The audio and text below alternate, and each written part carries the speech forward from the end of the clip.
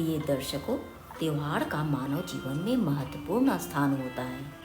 इसके बिना जीवन में निरस्ता आ जाती है। और आज इसी टॉपिक पर आरंभ करने से पूर्व सबसे पहले आप सभी को मेरा राम राम।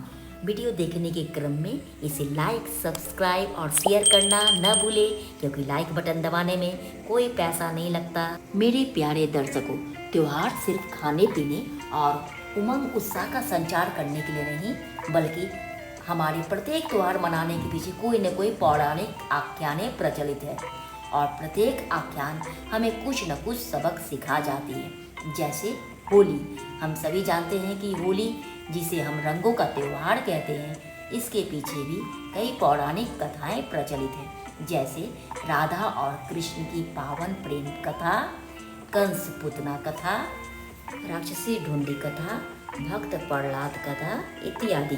तो चलिए आज हम सिर्फ भक्त प्रहलाद की कथा को सुनते हैं। अगर इस कथा में कोई भी त्रुटि हो गई हो तो इसके लिए क्षमा प्रार्थनीय हो। विष्णु पुराण में वर्णित कथा अनुसार दैत्यों के आदि पुरुष कश्यप और उनकी पत्नी कयाधु के पुत्र हिरण्यकश्यप और उसका भाई बड़ा पराक्रमी था। एक बार जब हिरण्यकश्यप का भाई हिरण्याक्ष धरती को रसातल में ले गया, तब भगवान विष्णु ने वराह रूप धारण कर हिरण्याक्ष का वध किया और धरती माता की रक्षा की। अपने भाई के वध से दुखी होकर हिरण्यकश्यप पर्वत पर जाकर ब्रह्मा जी की घोर आराधना करने लगा, जिसके परिणाम स्वरूप उसे यह वरदान मिला कि वह किसी भी अस्त्र शस्त्र से नहीं मारा जाएगा, नहीं रात में, न दिन में, न धरा पर, न अंबर में। यह वरदान मिलते ही दैत्यराज हिरण्यकश्यप और ज़्यादा दुराचारी और अभिमानी बन बैठा। वह स्वयं को ही भगवान से श्रेष्ठ मानने लगा। भक्त प्रहलाद उसी अभिमानी दैत्यराज का पुत्र था। दैत्य कुल में उत्पन्न होने के बावजूद वह हमेशा भगवान की भक्ति में लीन रहता। उसकी प्रभु भक्ति को देख दैत्यराज उसे नाना प्रकार की यातनाएं दिया करते, लेकिन इन सब के बावजूद उस नन्हे बालक की आस्था कभी कम न हुई। भक्तराज प्रहलाद ने अपने पिता के समक्ष भी भगवान हरि की महिमा का बखान कर उन्हें समझाने का प्रयत्न किए।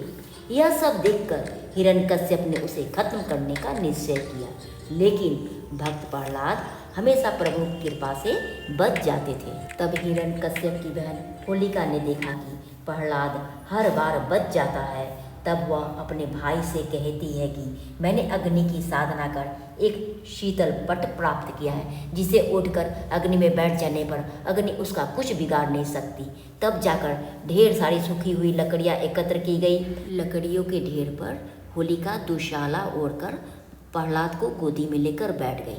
तब हिरण्यकश्यप ने सूखी हुई लकड़ियों में आग लगवाने का आदेश दिया।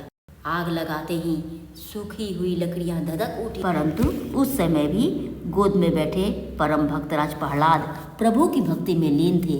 तब उस समय प्रचंड अग्नि की दाह से एक ऐसी हवा चली कि शीतल पट उड़कर सीधा भक्तराज प्रहलाद के ऊपर आ गिरा और तेज अग्नि की दाह से होलिका जलकर भस्म हो गई। प्रहलाद जी बच गए, उनका बाल बांका भी न हुआ। यह सब देखकर वहां उपस्थित लोग अचंभित हो उठे और प्रहलाद जी को भक्ति में लीन देखकर उनकी परिक्रमा करने लगे। आज भी लोग होलिका दहन के पश्चात परिक्रमा करते हैं और भक्तराज प्रहलाद जी का उत्साह मनाते हैं। तो इस कथा से हमें यह सीख मिली कि बुराई पर अच्छाई की जीत सदैव होती है। इसके साथ साथ प्रभु के प्रति अपनी आस्था को सदैव बरकरार रखनी चाहिए।